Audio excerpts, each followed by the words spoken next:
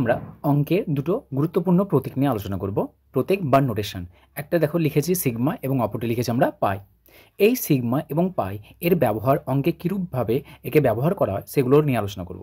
প্রথমে দেখো সিগমা, এখানে সিগমা এবং পাই এগুলো হলো আমাদের যে গ্রিক অ্যালফাবেট রয়েছে, আমাদের যেমন ইংলিশ অ্যালফাবেট রয়েছে, সেই ইংলিশ অ্যালফাবেটের মধ্যেই আমাদের গ্রিক অ্যালফাবেট রয়েছে এবং এই গ্রিক অ্যালফাবেটের তোমার এই যে সিগমা রয়েছে, সেই সিগমা হচ্ছে আমাদের 18তম লেটার এবং এই পাই রয়েছে, এই পাই হলো আমাদের 16তম লেটার। এটাকে বলা হয় সিগমা আর এটাকে বলা হয় পাই। এবং এগুলো হচ্ছে আমাদের ক্যাপিটাল লেটারে, আমাদের যেমন এটা ক্যাপিটাল এ এটা হয়, স্মল লেটার এ এরকম দেখতে হয়। আমাদের যেমন আপার কেস লোয়ার কেস রয়েছে, ক্যাপিটাল লেটার ও স্মল লেটার রয়েছে, অনুরূপভাবে আমাদের গ্রিক অ্যালফাবেট যেগুলো আছে সেই গ্রিক অ্যালফাবেটের ক্যাপিটাল লেটার বা আপার কেস এবং লোয়ার কেস বা স্মল লেটার রয়েছে।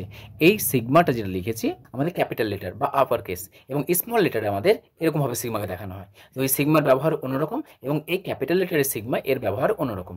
অনুরূপভাবে পাই যেটা লিখেছি এটাও ক্যাপিটাল লেটার বা আপার কেস এবং এটা হচ্ছে ক্যাপিটাল লেটার, আর স্মল লেটারে আমরা পাইকে এভাবে লিখি। সো এটা হচ্ছে স্মল লেটার এবং এই স্মল লেটার যেটা আমরা করি যে এর ভ্যালু কত, নিয়ার ইকুয়ালস টু 3.14। এখানে যেটা আমরা লিখেছি যে সিগমা, ক্যাপিটাল সিগমা ও ক্যাপিটাল পাই এদের ব্যবহার কীরূপ হয় সেটা আমরা দেখব।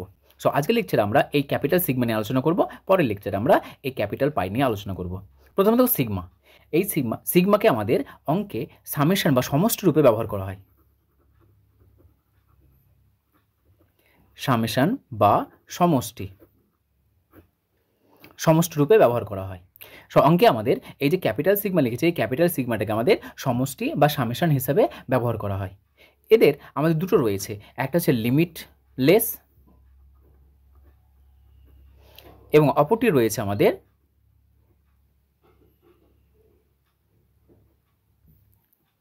Limiting sigma. লিমিটলেস সিগমা রয়েছে, যেমন কখনো তোমরা এরকম দেখবে যে সিগমা ধরুন শুধু দেওয়া আছে ট্যান এ, এখানে দেওয়া আছে ধরুন সিগমা, তোমরা দেখবে যে লিমিটিং সিগমাতে এখানে দেওয়া আছে ধরুন যে এক্স আই, এখানে আই ইকুয়ালস টু দেওয়া আছে আমাদের 1 2 5 বা এন। সো এটা হলো আমাদের লিমিটিং সিগমা, যেখানে আমাদের লিমিট রয়েছে দেখো। সো এটাকে বলা হয় আমাদের লোয়ার লিমিট বা নিম্ন সীমা, এবং উপরে যেটা লেখা আছে এটাকে বলা হয় আপার লিমিট বা ঊর্ধ্বসীমা।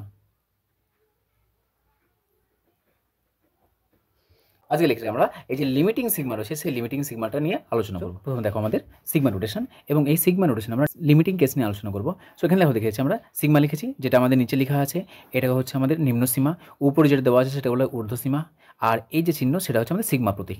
একে আমরা গণিতে কীভাবে ব্যবহার করি, সমষ্টি রূপে বা যোগফল রূপে ব্যবহার করা হয়। সো আমরা উদাহরণ নিয়ে আলোচনা করবো, তাহলে তোমাদের বুঝতে আরও সুবিধা হবে। যেমন ধরে নাও যে sigma x I equals to 1 2 3 লিখলাম। এখানে বলতেছে এই যে আয়ের মান 1 লিখেছি, লোয়ার লিমিট 1, আপার লিমিট 3 লিখেছি। সো এখানে 1 থেকে নিয়ে 3 পর্যন্ত যতগুলো তোমার স্বাভাবিক সংখ্যা আছে সমস্ত স্বাভাবিক সংখ্যাগুলোকে নেব। কে কে রয়েছে বলো, 1 রয়েছে, 2 রয়েছে আর 3 রয়েছে।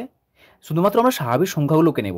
এবং এই যে আয়, এখানে আয়ের মান যেহেতু কত, আয়ের মান হলো আমাদের 1 2 এবং 3, এই আয়ের জায়গাতে আমরা মানগুলো বসাবো। তাহলে কত বসাবো, একবার আয়ের মান 1 বসাবো, আয়ের মান 2 বসাবো এবং আয়ের মান 3 বসাবো।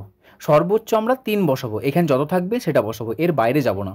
তাহলে 1 থেকে শুরু করলাম, 3 বসালাম, তাহলে এই যেখানে আমাদের আয় ছিল সেখানে মান বসালাম, আয়ের মান একবার 1 বসালাম, একবার 2 বসালাম, একবার 3 বসালাম। এবার এই যে সিগমা আছে সেই সিগমা বলছে এগুলোকে সমষ্টি করে দাও, মাঝখানে যোগ লিখে দাও, যোগ যোগ। সো এটাই হলো আমাদের এর value. So sigma I equals to 1 2 3 x I এর ভ্যালু কত হলো, সমস্ত আইগুলোকে মান বসাও 1 থেকে 3 পর্যন্ত এবং সমস্তগুলোকে সমষ্টি করে দাও। Number 2, sigma I equals to 1 to 10 x I. এখানে কী করবো, আয়ের মান 1 থেকে শুরু করব, 1 থেকে শুরু করে আপ টু 10 পর্যন্ত যাব এবং সমস্তগুলোকে সমষ্টি করব বা যোগফল নির্ণয় করব। তাহলে প্রথমে 1 বসাও, তাহলে x1, তারপর 2 বসাও x2, তারপর 3 বসাও x3, তারপর 4 বসাও x4, x5, x6, x7, x8, x9, x10 এবং প্রত্যেকটাগুলোকে যোগ করব, প্লাস প্লাস প্লাস, এভাবে আমাদের প্লাসের আকার লিখে দেবো। সো এটা হলো আমাদের এই যে এটা শর্টকাটে ছোট আকার লেখা আছে অঙ্কে, সেই ছোট আকারটাকে আমরা এইভাবে যোগের আকারে লিখব।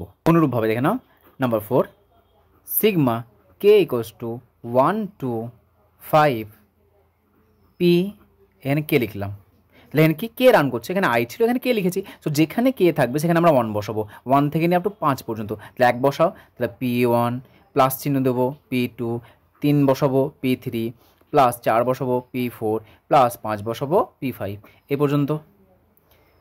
Number 4 sigma I equals to 1 to 100 x I সমান আয়ের মান কত বসাবো 1, শুধুমাত্র স্বাভাবিক সংখ্যাগুলো নেব, 1 থেকে 100 পর্যন্ত যতগুলো স্বাভাবিক সংখ্যা সমস্ত স্বাভাবিক সংখ্যাগুলো নেব আর প্লাস করব। তাহলে প্রথমে 1 বসাও x1 প্লাস 2 বসাও x2 প্লাস 3 বসাও x3।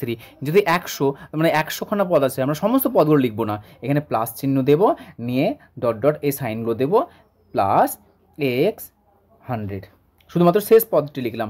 এই যে ডট ডট দেওয়া আছে এর মানেই হচ্ছে এখানে আমাদের কতগুলো পদ রয়েছে, 3-এর পর কত 4, সো এখানে x4 থেকে নিয়ে একদম x99 পর্যন্ত এতগুলো পদ রয়েছে।